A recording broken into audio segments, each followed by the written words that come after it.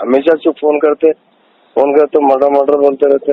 नहीं पुलिस साहब, जितना आराध्यों का पुलिस वाला है क्या? फैमिली मैटर में हो रहे हैं, गैंग मर्डर नहीं है, रौडियों के मर्डर नहीं है जो गैंग करते। इंडिविजुअल फैमिली में कुछ भी तकरार होती, झगड़ा होता, उसके लिए हर घर में पुलिस वाले रखना है क्या? इतना है कर रही पुलिस। दुनिया में दूसरे स्टेट देखे, हमारे स्टेट देखो, उसके बाद में पता चलता। नहीं वैसा नहीं, आप बोल रहे हो। मैं भी पुलिस की मैं सलूट करता हूँ साहब, अच्छा काम करी। मतलब 1.5 महीने के अंदर छोड़ दिए लोगों को। बोलो आप अदालत को बोलो, आप जाके, अदालत हमारे हाथ में। आप लोग पीटीएट लगा के दाना साहब ऑलरेडी लोग हमारे हाथ में थोड़ा रहता। नहीं आप दुनिया कानून उनके हिसाब से बनता, पार्लियामेंट जो रहती उसके हिसाब से कानून बनता।